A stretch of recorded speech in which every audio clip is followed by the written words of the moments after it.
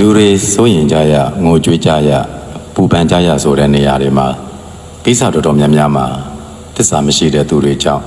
အဲ့ဒီလိုခံစားနေရတာတွေကိုတွေ့ရတယ်အတ္တကြီးသူနဲ့ငဲ့ကွက်သူနဲ့နှစ်ယောက်သွားတွေ့ပြီဆိုလို့ရှိရင်အတ္တကြီးတဲ့သူကတော့သူ့အတွက်ကြီးပဲလှုပ်သွားမှာပါပဲဒါကိုငဲ့ကွက်တတ်တဲ့သူကအရှိကြည့်ရမယ်လေ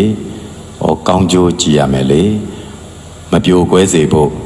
ငါထိမ့်သိမ့်ရမယ်လေစသည်ဖြင့်သာသမီငဲ့တာနဲ့ဂုံတိတ်ခါငဲ့တာနဲ့ငဲ့တဲ့သူကခံဘက်ကကြီးပဲအဲ့တော့သစ္စာမဲ့တဲ့သူကအတ္တကြီးတော့သူ့အကျိုးကြီးပဲကြည့်ပြီးလှုပ်သွားတော့